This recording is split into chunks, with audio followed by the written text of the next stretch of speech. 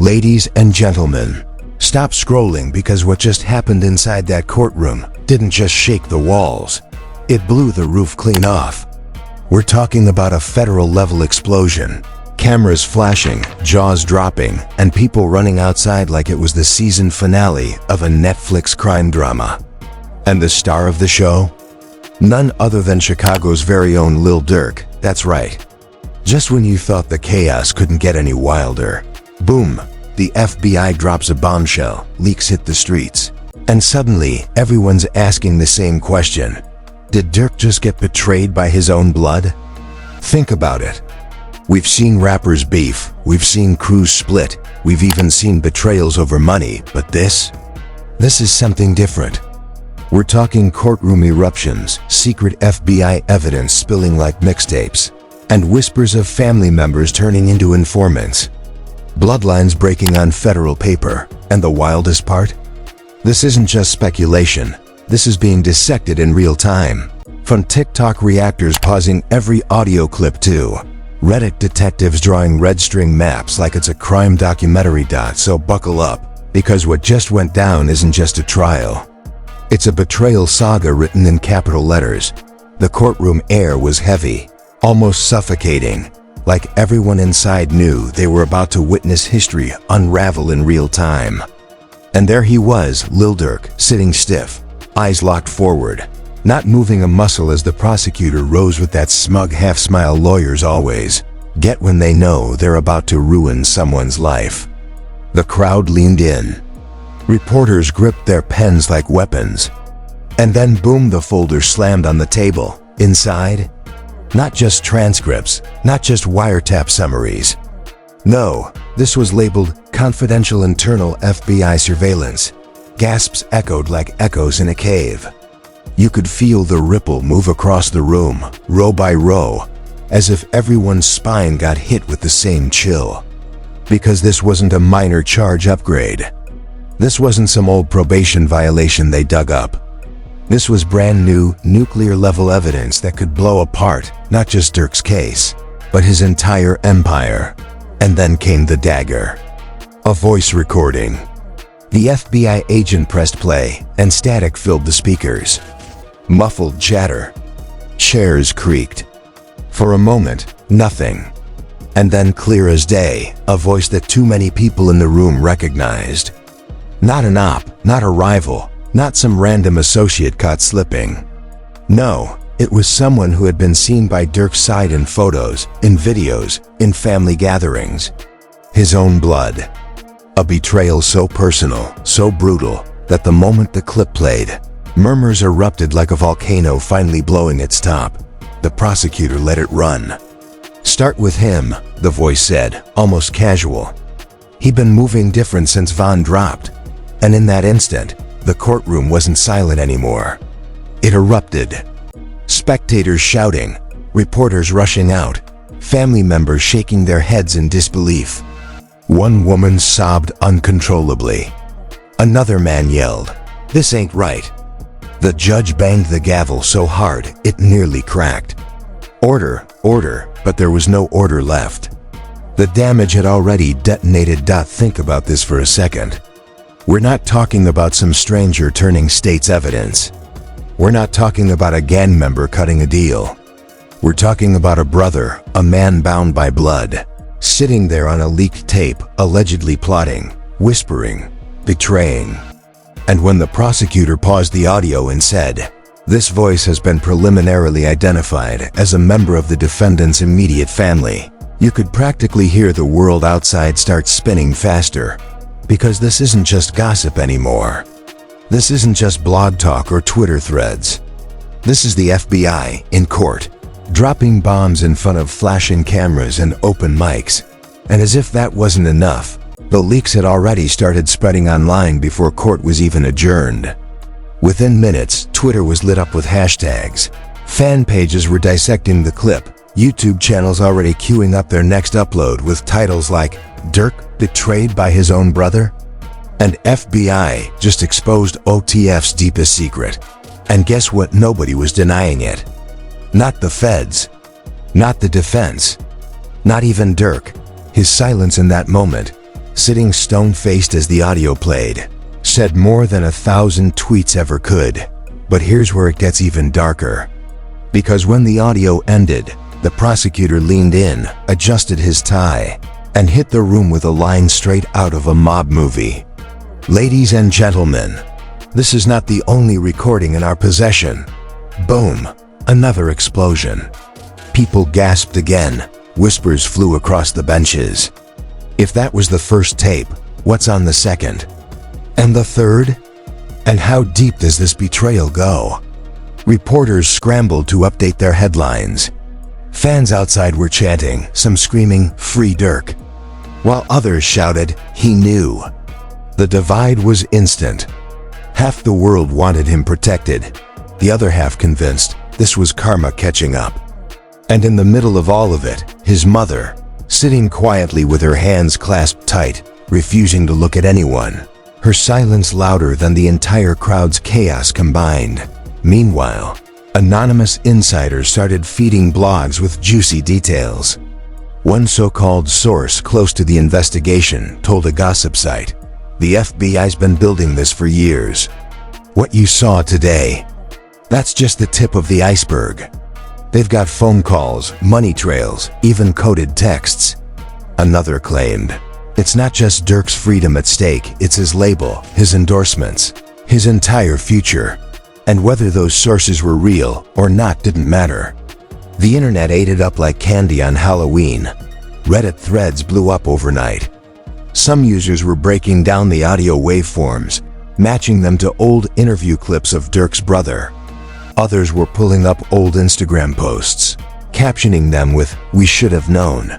One comment with thousands of upvotes read, "Blood don't mean loyalty. This right here proves it." Another, "Von died, and now Durk's about to go down the same way, betrayed from within." And let's not forget the TikTok detectives. Within an hour, there were side-by-side comparisons of the leaked voice with past live streams.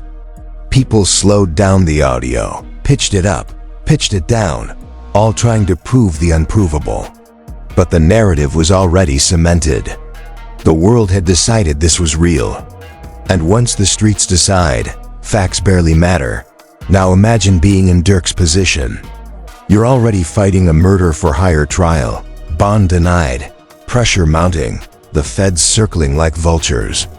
And now, in front of the entire world, the people you trusted most are painted as traitors. The one person you thought would never cross you is the one allegedly feeding your enemies. That's not just betrayal. That's annihilation. And what did Durk do? Nothing. No outburst. No denial. Just sat there, staring straight ahead, face locked in stone. His lawyers whispered frantically. The judge demanded order. The prosecutor smirked like a man who just won the lottery. And Durk? Silent. That silence was deafening, like the calm before the biggest storm Chicago rap has ever seen. Outside, the chaos only grew. Fans packed the streets, holding signs, chanting. Media vans lined the block.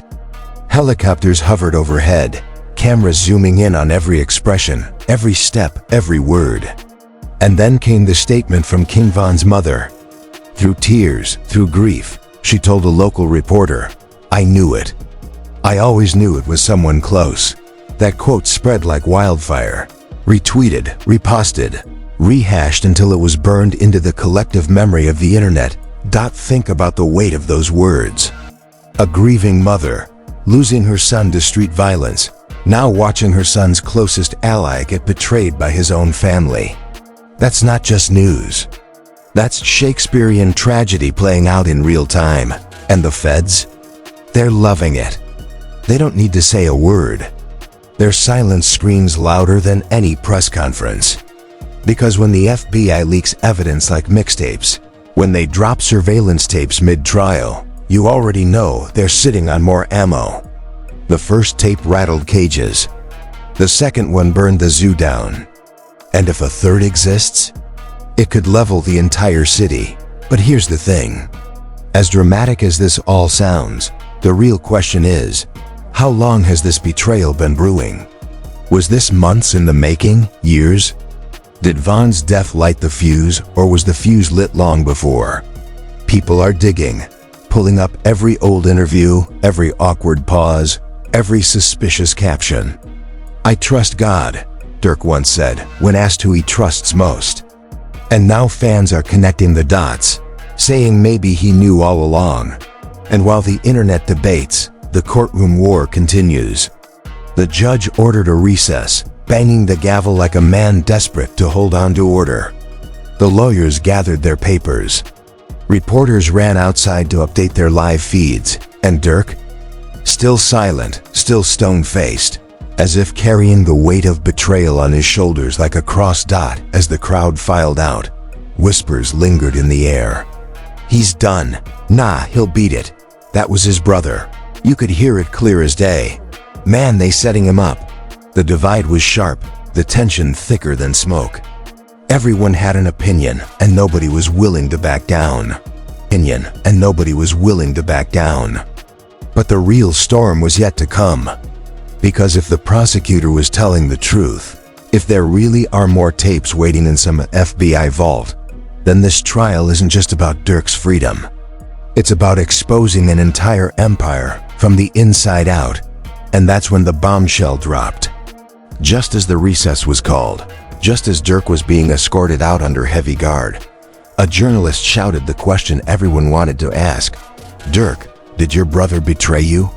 For the first time all day, he looked up. His eyes locked on the cameras. And though he didn't say a word, that look alone, cold, hollow, furious, was enough to send the internet into a frenzy. The clip went viral instantly. Screenshots plastered across Instagram, Twitter, TikTok. "The look of a man betrayed," one caption read. "That's not anger, that's pain," said another. And the theories multiplied. If Durk's silence was the first sign, that look was the second. He knew who flipped. And the world knew he knew. But here's the kicker, this was only day one. The prosecutor promised more evidence, more recordings, more betrayals to come.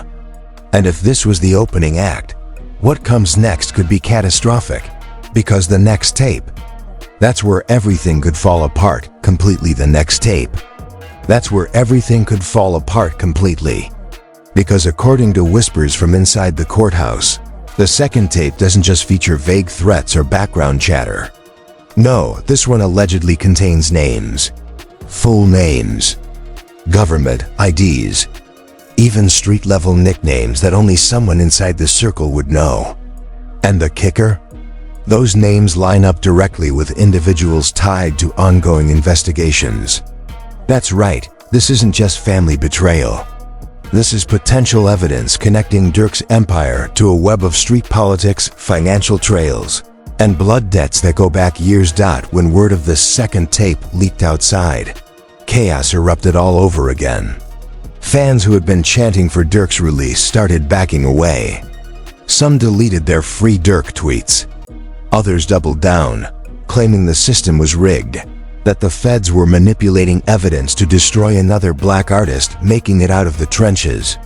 And then came the conspiracy theories. Some claimed the tapes were AI-generated. Others swore rival crews had infiltrated the FBI.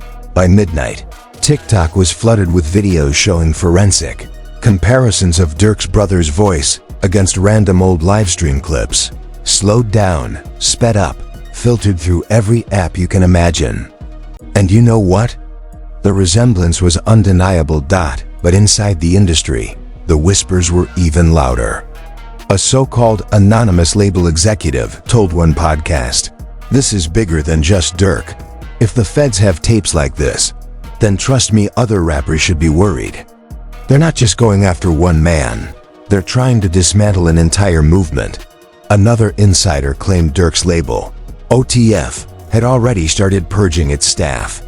Phones were wiped, laptops seized, accounts deactivated. And in the middle of it all, Durk's cousin unfollowed everyone tied to the label, posting that infamous cryptic line, "It'd always be the one smiling next to you." Meanwhile, King Von's mother continued to pour gasoline on the fire. She released another statement through a family rep. This time directed not just at Durk, but at the entire system.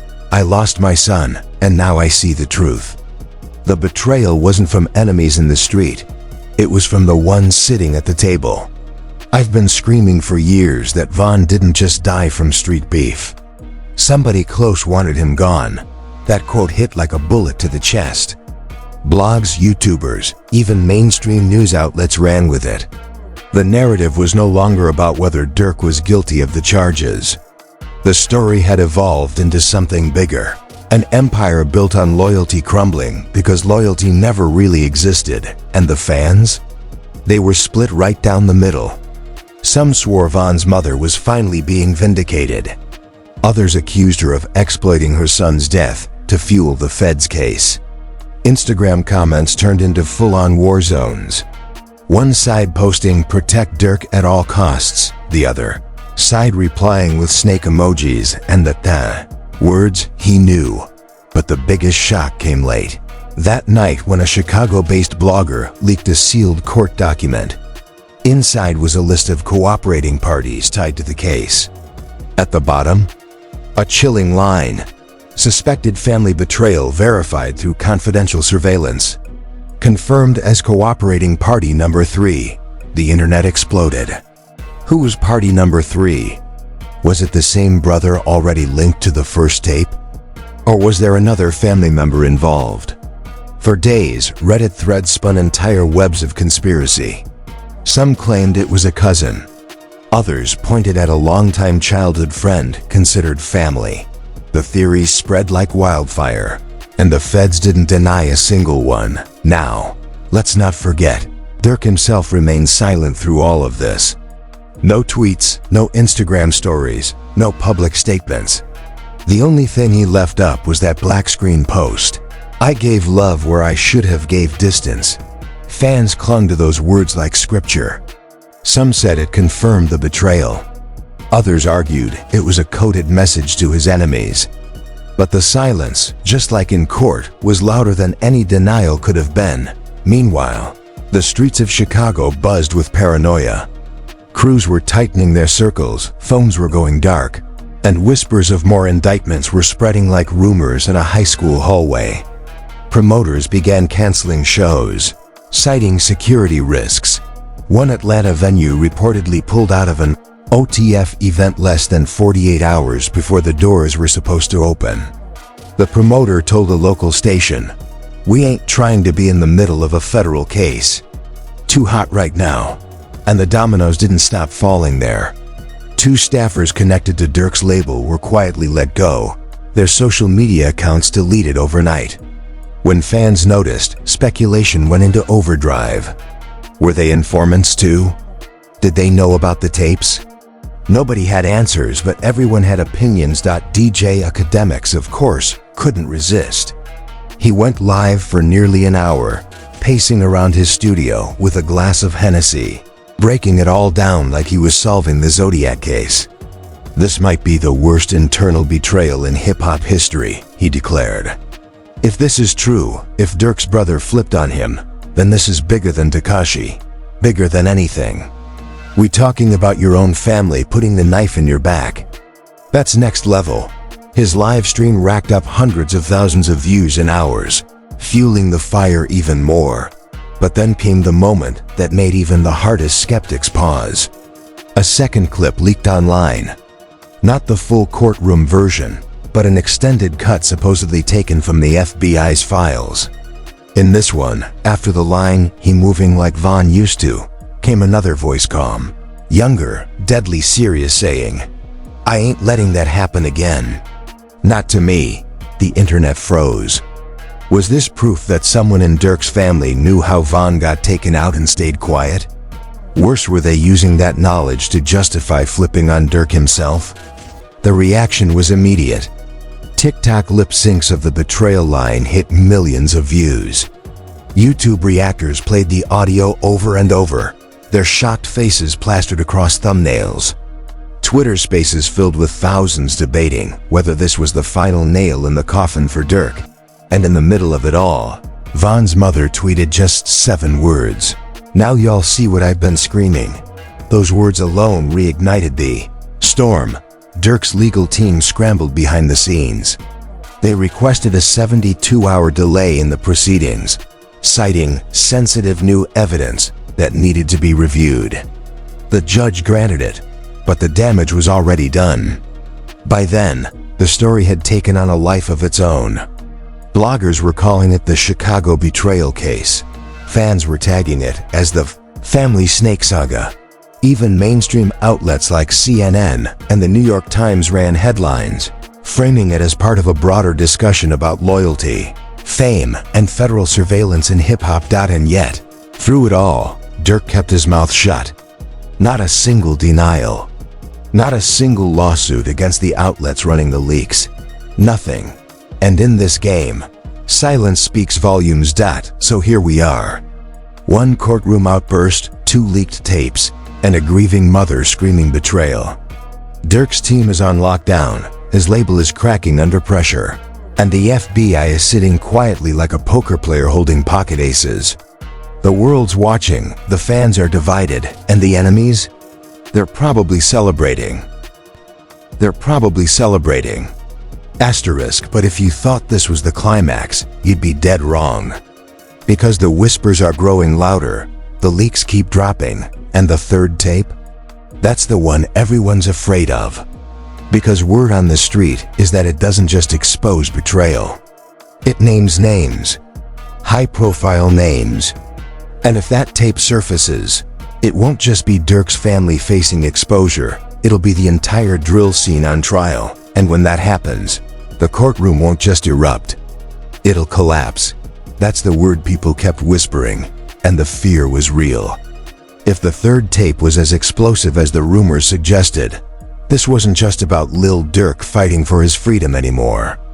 This was about the collapse of an entire movement, an entire culture being dragged into the federal spotlight like ants under a magnifying glass. And the feds? They were grinning behind closed doors, because when you've got the streets buzzing, the blogs screaming, and the fans dividing, you've already won half the battle. Late-night news shows couldn't get enough of it.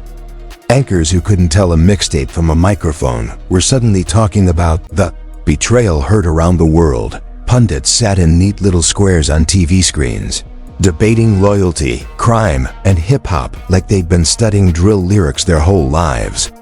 What we're witnessing here, one analyst said, is a federal takedown disguised as a family feud. Another added, if the allegations are true, this would mark the first time a high-profile rapper's own blood directly contributed to his downfall in open court.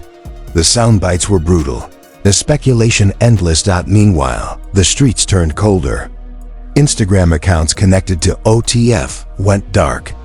Longtime affiliates stopped showing their faces at public events. Promoters quietly canceled shows across Chicago and Atlanta, citing unforeseen circumstances. Even DJs stopped spinning Durk's tracks in certain clubs, afraid the crowd would turn violent the moment his voice came through the speakers. And through all of it, Durk himself? Silent. Not a single live stream. Not a single post. Just silence so thick it felt like the calm before a hurricane. But then came the alleged leak that shifted everything. A Chicago blogger, the same one who posted the cooperating witness list, claimed to have access to the beginnings of the third tape. No audio this time, just a typed transcript. And what it supposedly contained was nuclear.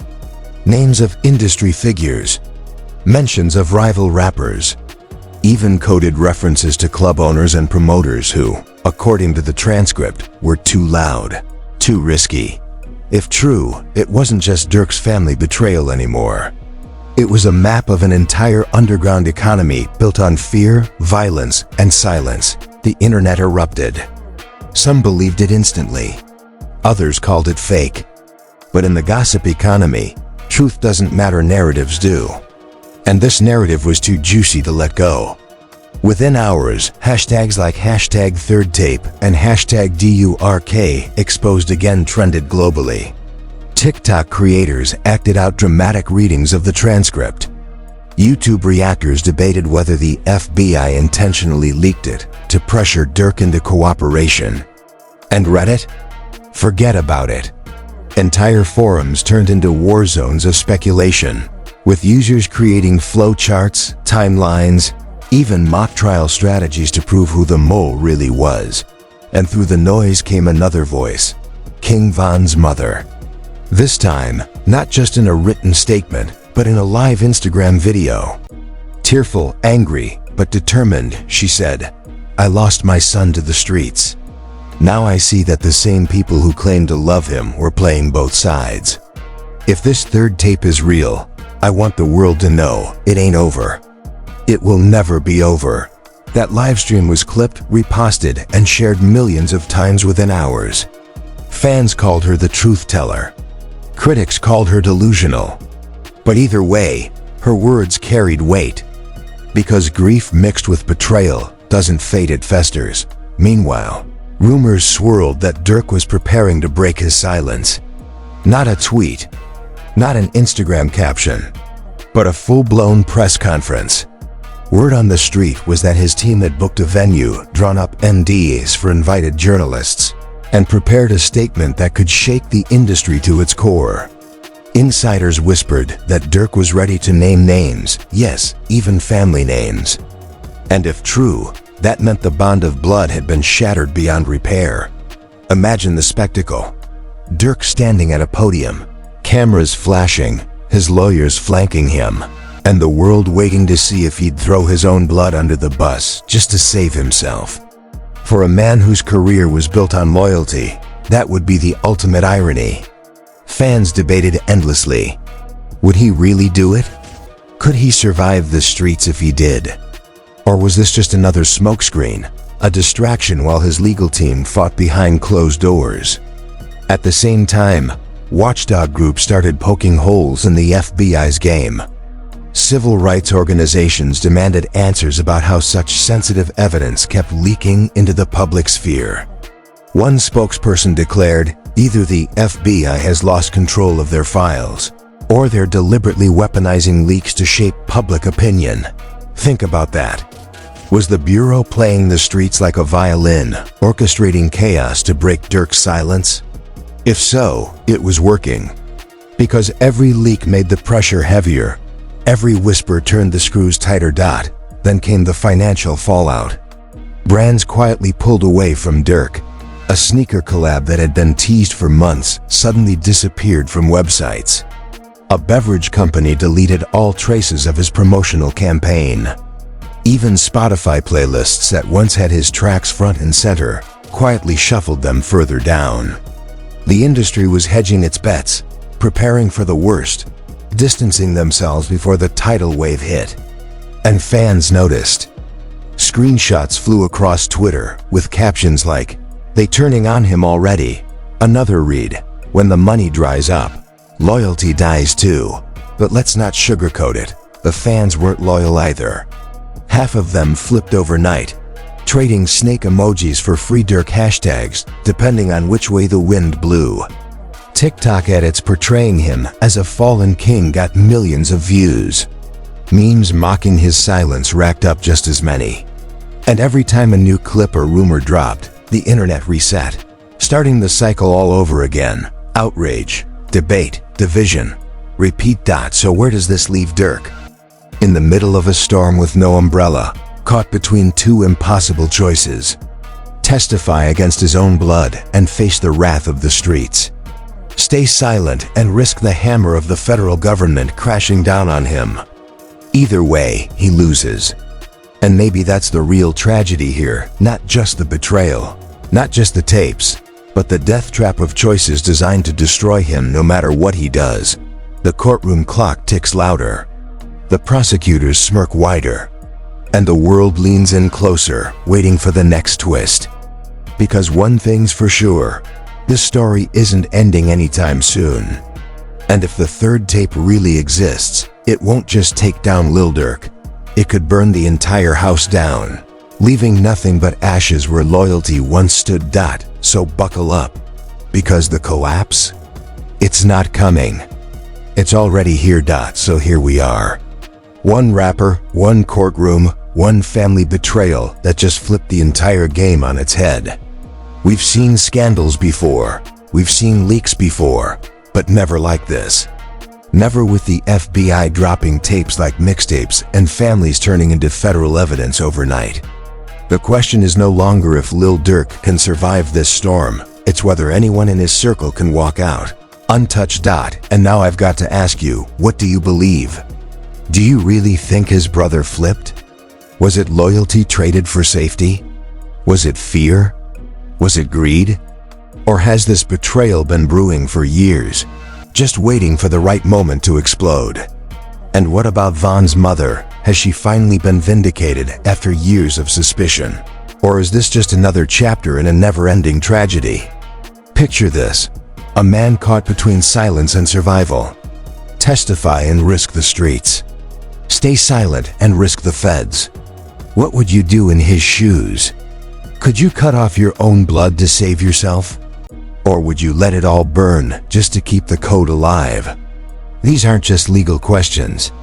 These are legacy questions, loyalty questions, life and death questions.